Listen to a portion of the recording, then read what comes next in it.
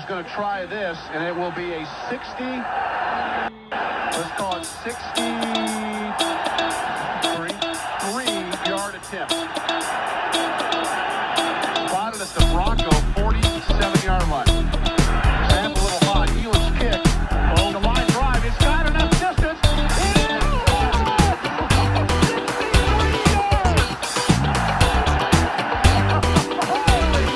What is up, and welcome to the Long Distance Kick podcast. My name is Rhett Johnson.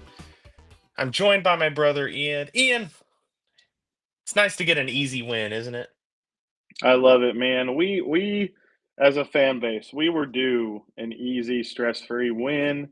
So I'm feeling great. Let's do that more often.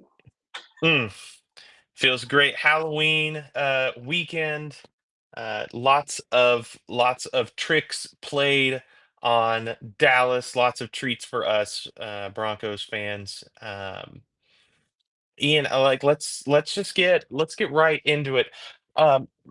I want to start with Dallas on offense, Denver on defense, because this was the marquee matchup. Maybe the hottest offense in the league coming into this game, maybe the best offense in the league, going up against a defense that styles itself as the league's best. And what did you see on that side of the ball? So sorry, this is Dallas offense, Denver defense. Hmm. Yeah, we saw a lot of good things. It's there was a lot of excitement leading up to this game because Dallas was one of the top offenses in the league, and Denver is one of the top defenses. And when that happens, it feels really, really great for your side to be the one that walks away with like clear dominance. Defensively, man, I love what VJ went into this game doing. He was able to generate a good amount of pressure. I thought our guys really handled all those great receivers in Dallas well, especially considering, and we'll probably talk about this a little more when we break down Houston, but Pat Surtain unfortunately getting hurt Hmm. and not being in at all in the second half. I thought our defense continued to play really, really well. Rhett, we got to do this again because I've done it one time before and I want to be consistent with it. Alex Singleton had a really good game. That was great. I'm not ready to like go out and just be like, I think Alex Singleton is good, but I do want to give him credit. He played really, really well, as did Justin Sternad. A lot of times they can be seen as the liability on this defense, but I thought they did well. It was good to see a lot of our guys up front playing well. Probably my favorite development, and this didn't start with Dallas, but it definitely got emphasized. I love how we have been using Jade Barron as a tight end eraser. Hmm. Um, it's been working really well, and Jake Ferguson, who has been, maybe the most productive tight end in football up until this last game, 0 catches. I think he just had the one target where Jade got his first career interception. So that was great to see.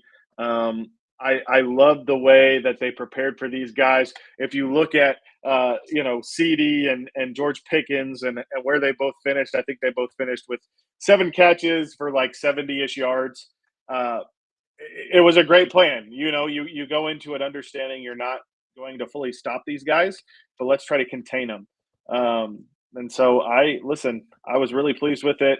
And it was another classic Riley Moss game where I think he actually played really well, but there were certain moments, some silly penalties that like the perception on him isn't going to be great, but I still thought he played well. So yeah, man, I thought the defense was awesome. So Yeah, I was a little bit nervous going into the game. Just wondering, seeing what is the defense going to look like against one of the really premier units with all kinds of weapons out there.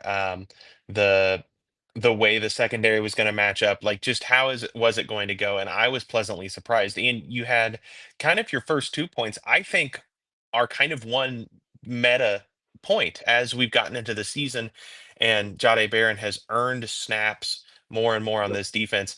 It helps Alex Singleton out because Alex Singleton, it's felt like for his job for most of the game was just to do his job, what he's good at. Yep.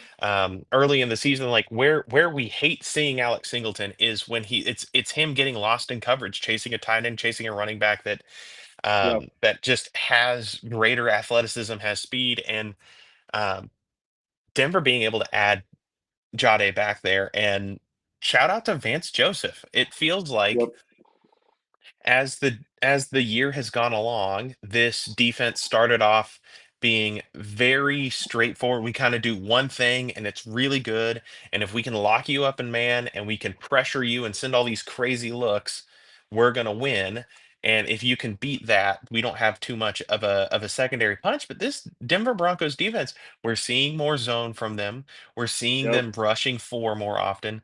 And even the last couple weeks, incorporating more of Jade Barron and letting him do what he's good at and letting Alex Singleton do more what he's good at. We're seeing some of the layers that like Vance Joseph hasn't had the reputation for before, really up to this point. It was kind of he did his thing, and I mean, even when in Denver, but really in Arizona in the early days there, he kind of caught some flack for drafting some guys that were supposed to be tweeners, supposed to be tools, and not really knowing how to Yeah. use them. And Yep. so, Yep. Isaiah uh, Simmons. shout out Zaven Collins. My It's my understanding. Like he's pretty good, right? he I don't has know. gotten to be pretty good, but I'm he not was gonna supposed to pretend like be. I've watched. He Yeah. was supposed to be, I thought he was going to be just, he was an everywhere thing. He was going to be safety and linebacker and slot, and The he was, when that pick was made, the pessimist would have looked at it and been like, "Oh, that's a typical Vance Joseph pick," yeah. you know. But yeah. So, Anyways.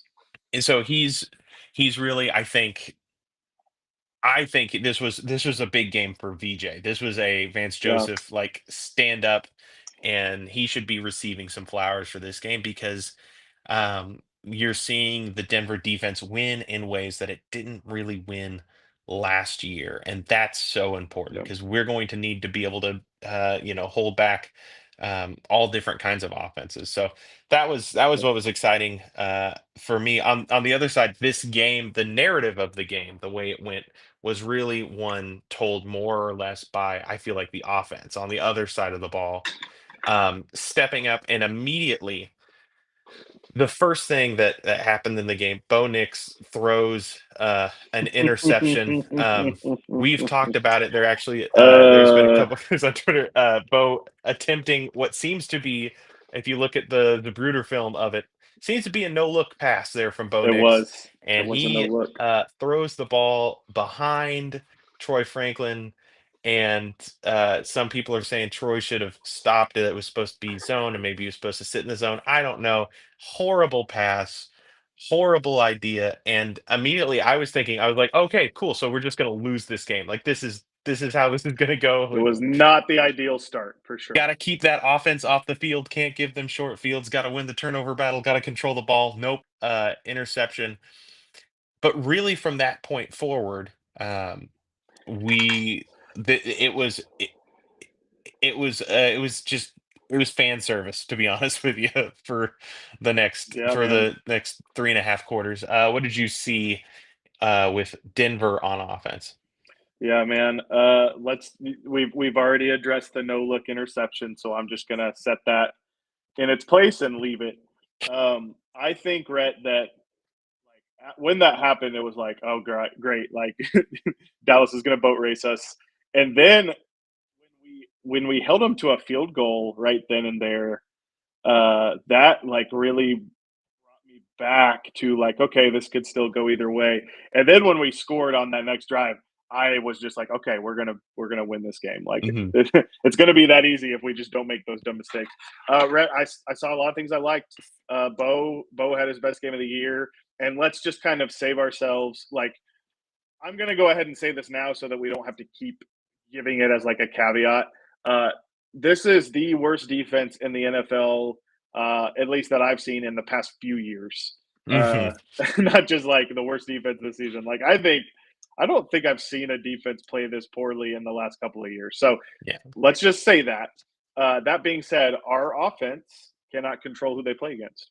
Um, this was a really good showing for them. Part of what I liked so much about what Bo did is he did things that a lot of other times he tends to struggle with. That touchdown to the first touchdown to Troy Franklin, Hmm. kind of a muddy pocket, and he doesn't vacate. He like kind of plants his feet and he throws over the middle, like he has to kind of layer it over linebacker over the middle to hit Troy. Um, that was really good to see from him. Well, it was like that's very reassuring. That's very reassuring to see him do stuff like that. I think there were a couple times. I don't remember when. Maybe it was the third quarter. I think I sent the clip to you earlier this week, but like there's pressure coming around the corner, and Bo Hmm. like drops back, and he doesn't bail or anything. He delivers a ball down the left sideline to Cortland. I think that was like the 30-yard play that they Yeah. had, and it's just a thing of beauty. But then also, maybe one of my possibly my favorite play of the day, outside of the Dondrea Tillman interception, which was just sick. But we already talked about the defense. Is it was that inbreaker to Cortland that Cortland dropped uh, in the end zone. You know what I'm talking about? Yeah. It sucks that Cortland, bro, you should not have dropped that. All love, brother, but you should have had that. But man, what a throw by Bo! That was a really, really good throw by him. So that was good to see, man. I was really excited about that. But Rhett, you know what makes me even happier than seeing our quarterback show out is this running game really got going. Um, I Oh, thought baby. Palcho came in and played really well. All of those guys did. I thought our skill position players did an awesome job blocking. It was so cool to see RJ Harvey get that long touchdown. So cool. It was cool to see Dobbins just continue to do what he's been doing all year, just eat and eat and eat and eat. Anytime you give him the ball, man, the Quinn Miners thing I know got a lot of attention this week too, which is great to see. Yeah. And that was like the scene from the Avengers where like Captain America's doling out all the responsibilities, and they just like, and Hulk smash, and then Hulk just like jumps through some buildings and starts like throwing aliens and stuff. Uh, yeah, man, the offense. It was really encouraging to see that. I don't care who you're lining up against, like putting up 44 points in dominating fashion like that is definitely a positive. So I am excited to see if this is like I know a lot of people have talked about like, hey, that fourth quarter against New York, that might have been mentally like a turning point for this offense. Well, I would love to see if that can continue. So yeah, man, it was awesome.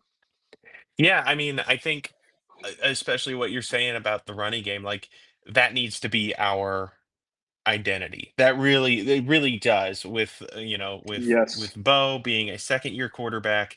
The best thing that we can do as an offense is set ourselves up, and it's the unit that we have that really is, I would say, in terms of the greater view of the league, this is a special unit. This offensive line is one of the greatest in the NFL right now, and we need to lean on it. And it does a good job pass protecting, but like the most direct way to benefit from a great offensive line is get out there and run the football. Yep. What's funny is with we had J.K. Dobbins out there, and we're lining up on the opposite side. You got Javante Williams coming back in to Denver Yep. with Dallas, and honestly, it went as well as it could. Absolutely. It felt like seeing like an ex-girlfriend, and like, oh, they're in a better, they've found a good relationship where they seem Yeah. really happy. But We like all love you've also Javante. found someone Absolutely. too, like we're like, oh hey, Yeah. we're happy with JK. We're glad that you're happy in Yeah. Dallas. And then we won the game, which is the important part. We're Javante able to got to be. eat, score a couple touchdowns. We got the big Yeah. win. Yeah, it was Yeah. perfect. And it was perfect for everyone. But I mean, like I keep I'm afraid because I know J.K. Dobbins, his medical history, but it's also like, man, every week that he is healthy, he is just so He's good, so and good, man. I And we think it's forget he's important. only he's only 26 years old too. Like, Yeah, so and he's awesome, man. yeah, and I think it's getting to the point where it's like, oh, like he's not just like good, like found money. He is one of the league's best running backs. His I'm vision I on mean he is. He's I week think in, he's the week out. He's leading he's up rusher. Yeah, he's like fourth or fifth in rushing this year total. It's every week it changes, but he's floating. He's in the top five for rushing yards. He's showing out, and I think that that's huge and important. I feel for Cortland. This whole offense, it was 44 points, and Cortland Sutton statistically did not have very much of an impact on this game. It was all young guys, which was really cool to see. But God, Dude, Cortland Sutton had a couple, had just a couple real brutal plays right in a row. yeah, One not his fault. One entirely his fault. The kind of the pick play, you would say, just like yeah, advantageous routes being run there on the Cortland lines yep. up inside and swings out. And I'm trying to remember who it was. Adam Troutman, I think, was supposed to run a I think hook you're right. conveniently right by where the corner trying to chase Cortland was. Cortland wide open touchdown. It's called back. Very next play, Bo Nix throws an absolute dime right to where Cortland Sutton should be able to take his hands up and extend his hands out, and it's right at like just at face mask level or just above face mask level for Cortland Sutton to catch that ball and go into the end zone. And there is no impending hit for Cortland Sutton where he's needed to protect his body, but Cortland does what Cortland loves to do. It's a pet peeve. It's a thing that whenever you win by 20 points, you love to see it, but dude, the Yep. the amount of times Cortland Sutton is like, I can jump in the air and body catch this. Oh, brother. That's like There's a there's that's a there's a clip that I saw circulating. I guess Derek and David Carr have a podcast now or something. Mhm. Oh, Which, okay, another cool. group of brothers having a podcast. We should Uh, we should not we that should we are challenge them. them and the Kelsey brothers and the St. Brown brothers. We all four of Yeah, equal platforms. iconic Uh, brothers. uh, they were talking about Cortland Sutton, how underrated he was. Like Derek Carr was going up, and which I was like cool and everything. But also like they were like, yeah, what I love about Cortland Sutton is like you got a lot of these guys who, like as receivers, they don't high point the ball, like they jump up, but they're still body catching it. And Court doesn't do that. I was like, brother, you need to watch the Broncos games. But yeah, Yeah. anyways, Cortland doesn't do that whenever there's guys on him, but when he has the space to do it, he's like, "Oh, good." It's like I'm saying a it's yeah. Cortland might be my favorite player on the team. Like I love Cortland Sutton, but I mean, yeah, Yeah. He's there's like definitely it's like Hugh Jackman, like you do one for them, you do one for you. Like he's right, like tightly right. covered. He's making that. we've seen his Les Miserables, but this was more of his X-Men origins. Yeah. So Like, all right, here we go. So I think it's going to be interesting moving forward. What can be taken from this? Because yeah, this is the worst defense in the league, and if NFL expansion happened, it would still be the worst defense in the league. Like if we added 6 teams to the league, yeah, they'd be the 38th ranked defense. This defense is they're god terrible, awful. man. Um, Big jiggly booty they would cheeks. if they still had Micah Parsons, they might still be the worst defense in the league. Honestly, I don't even know, man. Like, They yeah, would be it's bottom bad. five still. Like it wouldn't be It's that big of a deal. a bad Um, defense. but in a situation like that, like yeah, you can say you can't take too much away, but it can help provide clarity. Here's how like sometimes you just need to see the ball go in the net. Like a scorer, they get to the free throw line, they could take a couple free throws to see the ball go in. Like we got to see it, we got to feel it, and we get a chance to re-engage. Like this is the hope is that the we cleaned up a lot of the function of the offense hopefully this week. We got to see it work. We got to, you know, get that confidence back, and you want to see it roll into week two. But I want to say I'll start our big boy pants Hold on, segment. before you do, real quick though, Rhett. I just wanted to Mhm. share a fun stat. Okay, I came Ooh. across this week. Okay, there are 3 players to ever have 50 plus offensive touchdowns with fewer than 20 turnovers in their first 25 career games. One of them is Patrick Mahomes, and one of them was the opposing quarterback in this past game, Dak Prescott. The third is our quarterback from this game, Bo Nix. Uh, Hey. so, hey, listen, obviously you can like cherry pick with stats all day, but I mean, hey, that's pretty good company for both. So yeah, don't need to break that down. Just wanted to share that. Thought it was fun. Yes, now Hey, roll into big boy pants. football is about scoring points, and he scores points and doesn't give the ball to the other team. I mean, it's just Tell you what, I don't know. I man, don't know. listen. We do need to stop saying the words franchise quarterback every time the Broncos get a win, but I love it. I love it. And the reason why I'm so adamant about rolling into the segment Big Boy Pants is that I want to give out my pants to just all of the Broncos rookies, but in particular RJ Harvey, a man that we have Mm, yet to talk about because of this segment. We're going to give him I mean that just was him. feed that man. He is when we talk about vision, like it's my favorite thing about our backfield right now is that you have powerful J.K. Dobbins who has a little bit who still has some of that spark in him, and you have RJ Harvey, who's supposed to be the home run hitter, and both of them just have incredible vision and patience as runners. They're Yeah, just really good at finding where the defense isn't and running in that and direction.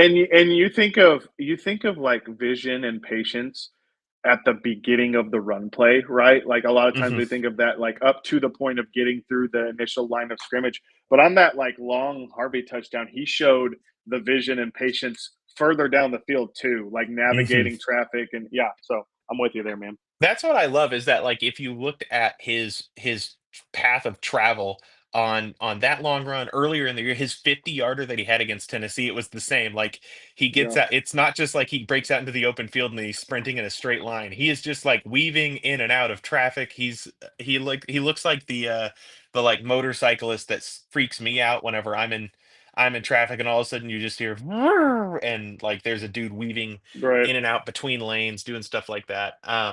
But three touchdowns from him in a season that I'm sure for him has probably felt a little bit frustrating up to this point. He's had some opportunities, he's had some pop, but he hasn't really laid down like he hasn't been able to lay hold to so many touches, partially because J.K. Dobbins has just been so dynamite. And so in this week he gets two rushing touchdowns and then um a a receiving touchdown on maybe my favorite design call of the game from Sean Payton in the red zone. Denver lines up with five guys out wide. RJ Harvey is one of the wide receivers, so it's a mixture of tight ends, wide receivers, running backs, but five guys out wide, no backs in the backfield, and they motion Harvey in, and they get the indicator that it's man, and he lines up on Bo Nix's left side in the gun, and then when they snap it, he runs through a gap like between guard and tackle or center and guard somewhere in the offensive line.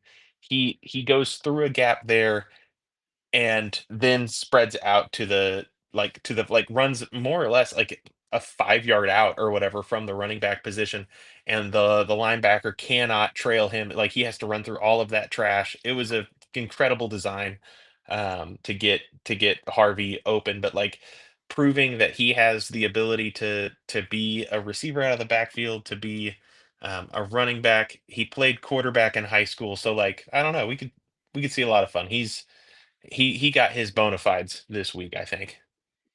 Definitely, man. You love to see it. You love to see it.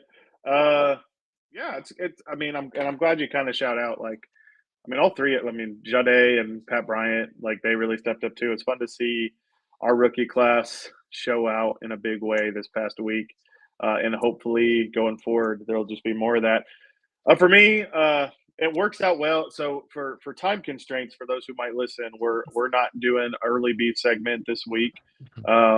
How we'll be back this next week with Logan Jones from Iowa. Super excited Ooh. about him. But so in kind of place of early beef, I'll give my big boy pants to Armand Membu, offensive tackle from the New York Jets, former Mm, first round pick. Uh, he first of all, he's just been awesome, period. I know mhm. that like the Jets are really bad. I think like they got their first win, but they've been really bad. And I know there's sometimes the thought process of like, well, how much does like a great left tackle I, I don't care, man. The Jets needed to get a good player with that pick. They got a really good player. Not a whole lot here. Just 40 snaps, zero pressures. Like he was awesome, man. He like sent Shamar Stewart, another first round pick from this class, sent him to the shadow realm, man. Like he was Mm, out and he was getting outside, he was moving, just burying dudes. He's awesome, man. He's like the most fun player to watch mhm. on the Jets, And bar Membu, none. Membu, this is fun because it's kind of an update. Like last year in the draft, he was, I feel like, a little bit of a controversial. Like there were some guys that were just like, "Oh my God, Armand Membu's incredible," and other people that weren't so high on him. And so, Yeah, uh, seeing him kind of panning out in a difficult place to find success for a lot of guys in New York, doing it's really awesome. cool. Yeah. Yep.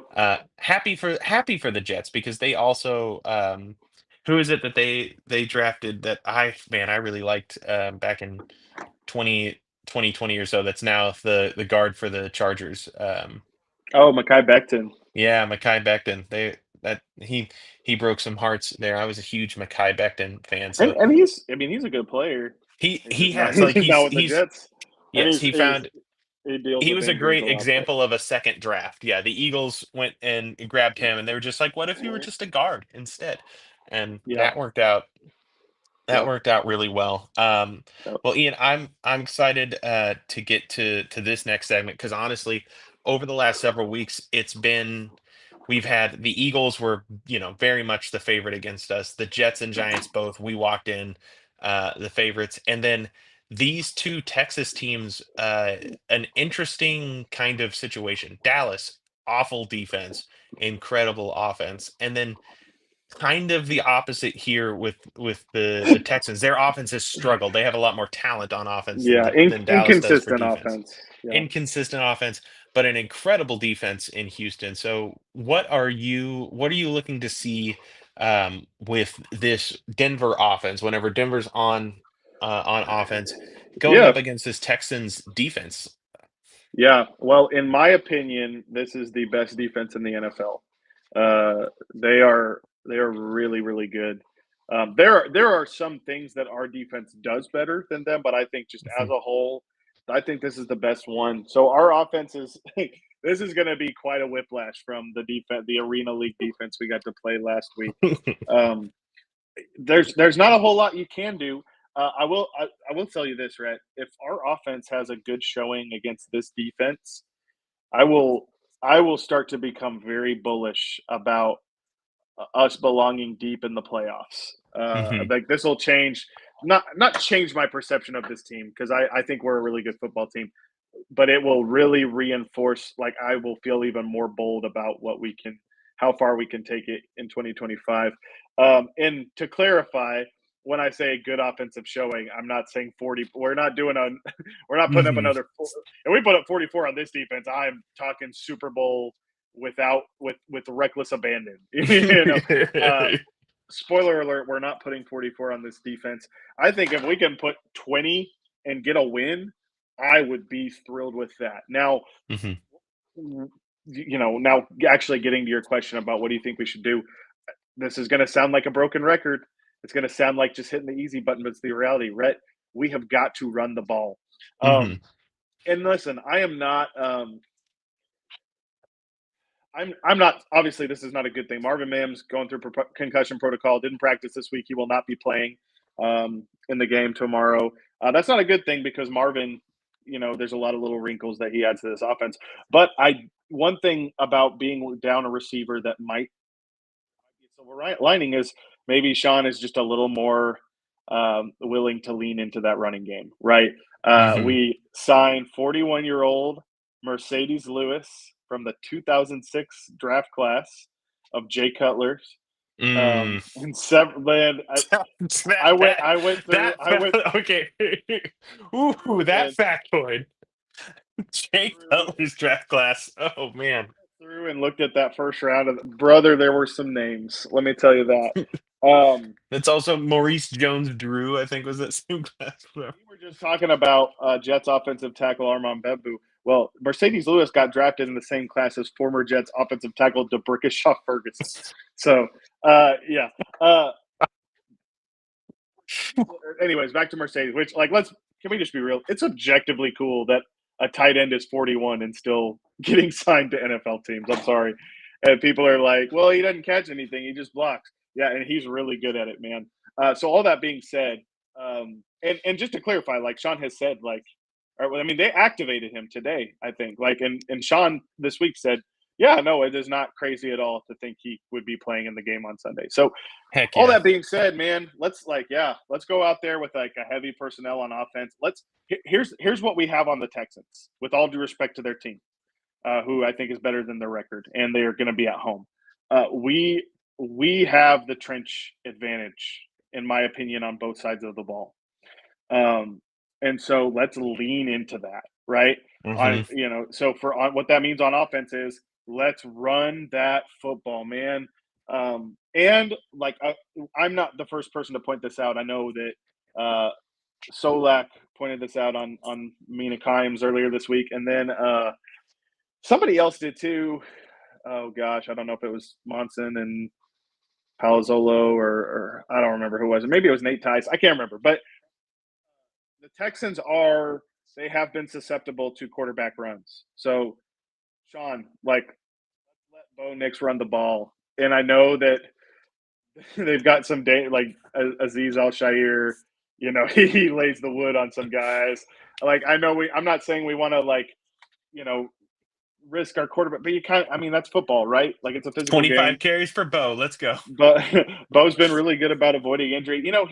Bo is like he's like a little more dense. You know what I mean? Like his Hmm. his build, like he can handle some designed runs. So I hope Sean will lean into that a little bit.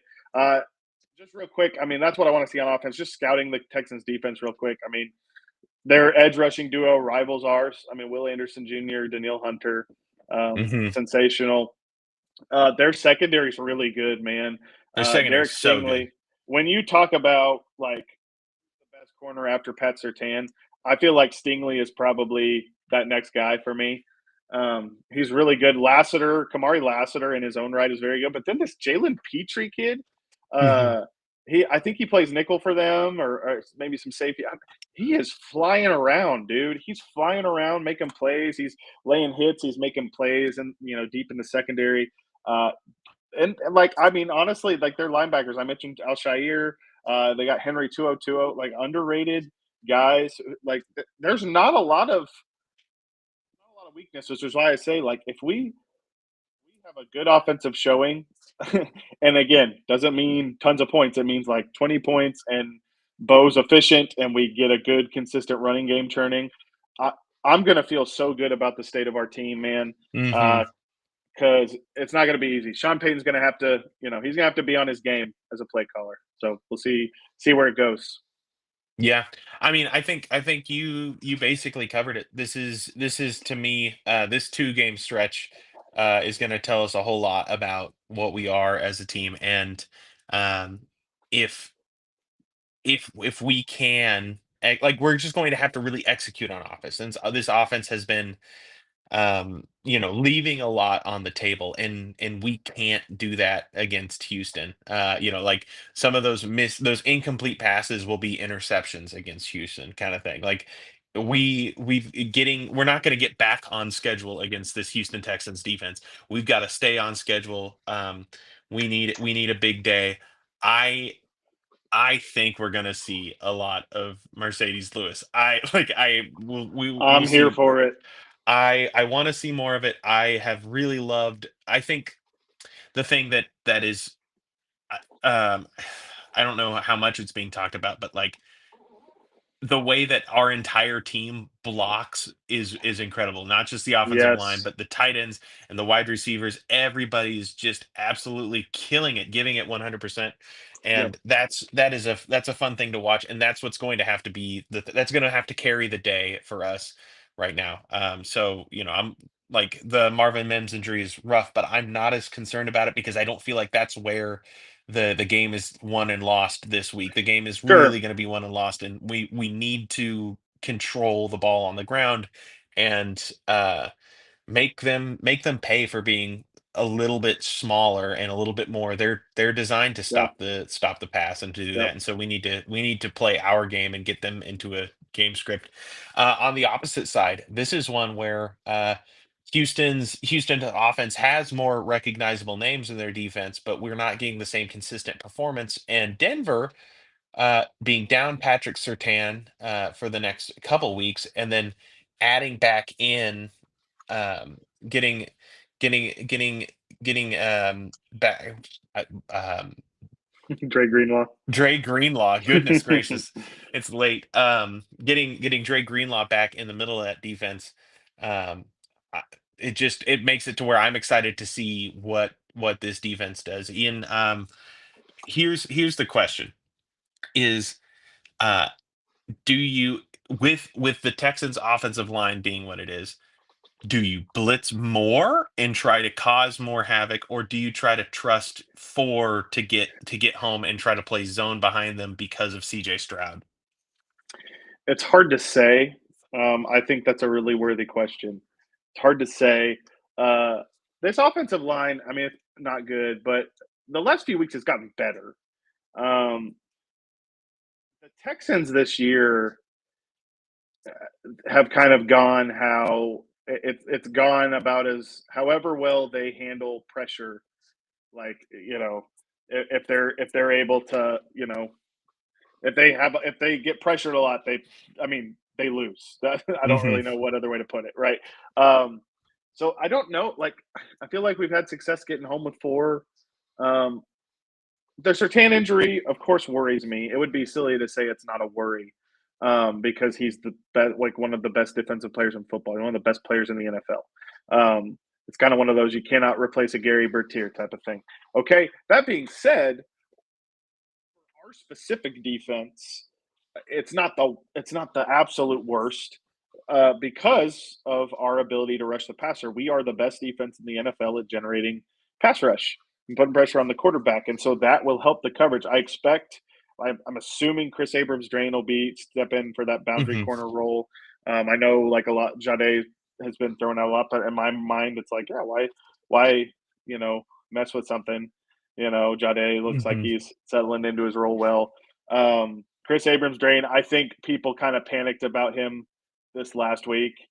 Um, they were like, like we gave up a lot of yards when he came in, and I think he's targeted. Well, of course he was targeted a lot, and I think probably what the situation was is Chris Abrams Drain is coming in, and we're like nursing a lead, and he's thinking like I don't want to let the defense get behind me. So like I'm Hmm. gonna you know what I mean? I don't know. I think he's a good player and I think he'll fill in about as well as you could hope for. But yeah, I guess I should answer your question, Rhett. I think we should probably try to get after CJ a little bit here, at least in the first half. We give him time. He's a guy that's really smart, and I mean, if I'm not mistaken, I think Nico Collins is going to be healthy and play. I believe he's Which returning. I mean, like he had like almost like 200 receiving yards against us last time we played. I mean, he torched us. Hmm. Um, and now we don't have Pat, but they got a lot. I mean, the Iowa State boys, Jalen Knoll and Jaden Higgins, are looking really good. I don't know the status of Tank Dell. I know Dalton Schultz is a pretty nifty tight end. The nice thing is that their running game really is not good. Hmm. I'd try, yeah, I'd try early, maybe getting after him. I don't know. I'm kind of just at that point where I trust Jay with whatever he wants to do. Um, and also because VJ has been this year, I don't know how much has been talked about with more mainstream Broncos media, but he's been really money at like halftime adjustments. He's been really, really good at Mm. that. And so I'm kind of just I'm like, I don't know. I don't know if our plan is going to be to send the house at CJ, you know, or if it's going to be more let's drop our guys back and try to get home with four. But I trust VJ. Mhm. I'm excited to see what they do with that. I will tell you this, right? I expect us to get pressure on him quite a bit. Um, I I feel pretty dang confident that's going to be an issue. And I mean, given how the Texan season has gone, that probably bodes well for us. If we're able to get consistent pressure on him, then you feel good about us being able to win this game. Respectfully to Houston, who again I think they're better than their record, and they are the home team. And I also think Vegas is currently favoring them. Yeah, So I think they're a 1.5 point favorite right now. in Yep. Vegas, which, uh, I mean, the rules, it used to be like, you get 3 points to the home team or whatever. So this is basically saying it's a toss up. Yeah. And I have an answer. I have a not an yeah, an Okay. emphatic answer. If I'm Vance Joseph, I would plan to start the game trying to doing the exotic blitzes, trying to confuse CJ, trying to get there quick because I don't want to allow CJ Stroud to get comfortable. And Yeah. also with the changing faces, I would rather like Chris Abrams to just know exactly what his job is. Man is a lot easier. Yeah. Zone requires a lot of communication and Hmm. trust. And here's how we hand this off, and here's how we do this. I would limit that. I would play more man, and I would blitz more often, and hope to say we're going to keep CJ Stroud off of his game, and you're going to give up some chunk plays from here or there, but you're just going to trust that Drake Greenlaw being added in, he's going to be able to handle it's going to be more communicating there than outside, and let's give Chris Abrams a little bit more of a simple task because he's shown the talent. He's shown that he Yeah. can do like he can play. So I would lean into what our corners do well. Riley Moss is a great man cover corner. Let's let's do that and see if we can really force Houston into playing just in the quick game or making them try to uh, focus on running the ball more or whatever. But let's get after CJ Stroud. Let's see if we can take him Yep. down. Yeah. Totally. Do you have a score prediction? 3-0 Denver. No. A score prediction. I am feeling let me play the game out in my brain. Blah blah blah blah blah. Yeah, so we're going to win, and we are going to win 19-17. That's really weird. So I think we're gonna win 17-16, and I for some reason in my brain I thought you were gonna say that, and then I thought I need to pivot because like it's so lame if we pick the same score, and then I was thinking, well, my pivot will be 19-17. Okay, so But yeah, so 19-17. I Uh don't see this being the stress free ordeal we saw last Sunday. First of all, being on the road, which is always tough, and going against a great defense. I mean, I think, as always, if we win, especially on the road, like I don't really care mhm. what the score is. But if our offense, if it's efficient and and everything like that, that'll be a really big thing for me. So hopefully we get that dub. Yeah, I I'm concerned, but every week I'm feeling more and more trust in who this team is to clean up some of the issues that they've had. So we'll Yeah, see we'll see what's going on. This one's just going to be an yeah, interesting one because Houston's a very likely could be a team that we see again in the postseason if we get there, depending on seeding. And sure. um, I don't know, man. Like, This is eh, this. Yeah, this is kind of funny. I was gonna say this real quick before we wrap up. I've been getting like a little bit lit up on Instagram this past week, oh, oh, which is weird because it feels like really hard for that to happen on Instagram. But so I follow this account called Inside the Batcave, which is just it's a dude who just wears a Batman mask, and in a Batman voice he just talks about like NFL stuff. okay, It's like I don't know, it's funny and dumb, whatever. And he posted like a tier maker power ranking thing. It was the week. It was like the Monday right after the comeback we had against the Giants. Um, and he's I think he's a Lions fan, but he had his NFL tier ranking, and he put us in the category of Super Bowl contenders. And this was right after the Giants game, and I commented on it. I said, "Hey man, I was like, I appreciate the Broncos love, uh, but I'm gonna need to see." we're going to have to figure out our offense a little bit more before we can be considered Super Bowl contenders.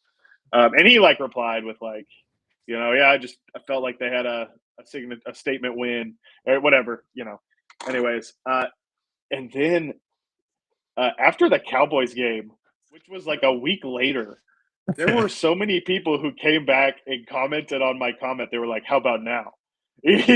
Like that. Up, Like, oh, you update watch the fatso. games? They were like, "LOL, guess they figured it out." And I was just like, "Why are you all trying to dunk on me with this? Like, why are you acting like I wasn't correct in saying that?" Like, somebody was like, "Did you even watch the game?"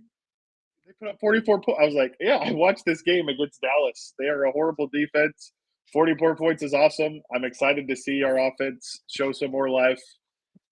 Against an actual good, like, it was so annoying to me because it's like, why are you all like, I don't know, is there a way to bookmark comments or something? And they're like, y'all were really coming back. Like, I got to go find that one guy on Inside the Batcave who said that.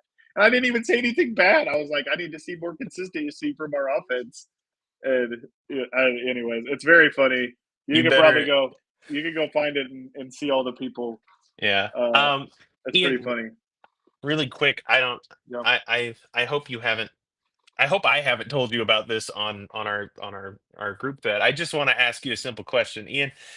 Yeah. Is it a good idea to try to beat quarters by going over the top? Is it a good idea to beat quarters by going over the top? Yeah. Is this something you and Monty have been talking about? And this is something the whole internet has been talking about. I'll fill you in, Okay. but just if they're Okay. playing quarters, playing cover four, is it Well, okay to try to beat it by going over the top? I mean, yeah, Yeah. yeah, for sure. I So, mean, if you have like I think like the most normal thing, I'd like so like Mills. I don't know if you're familiar. You mhm. got a post on the boundary, and then Yeah. on the inside you've got like a. That's usually like a cover four beater. I feel like that's a pretty common one. I mean, So, follow up we're question. talking. Are you a Okay. fan of Netflix's their former headliner documentary series Last Chance U? Yeah, I saw one season of Last Chance U. Okay, I well, liked on it. the second season of Last Chance U, the head coach was this guy, something Jeremy Brown or something, Coach Okay. JB, and he was Okay. famous for being just a terrible person. Okay. And I believe it's the year that his team got beat by Fort Scott. So Yeah, yeah, yeah, yeah, yeah. big Shout out embarrassment there Greyhounds. for them. Yeah, go to Greyhounds. This week, he went on a podcast and tried to, like, he said that Mina Kimes said that you beat quarters by going over the top, and he did a whole breakdown of how you don't do that, and yelled at her and said that she should stay in the kitchen and go make him a Oh sandwich. my gosh. And the entirety of NFL Twitter immediately dunked all over him over it. That's awesome. So, I but mean they've I been mean, like, you reporters have don't been legitimately asking like corners, like NFL corners, question, like just being like, really. "Hey, just real quick, if you're a cornerback, do you think is it a good idea to try to beat quarters by going over the top?" And they're like, "Yeah, yeah." So, I mean, it's all I feel like it's all kind of on like, what's the safety do? Like that's such a weird thing to like plant your flag. Like you can't like yeah you can't. There's a lot of ways to beat quarters, and going over the top. I feel like situationally is a perfectly valid way to do it.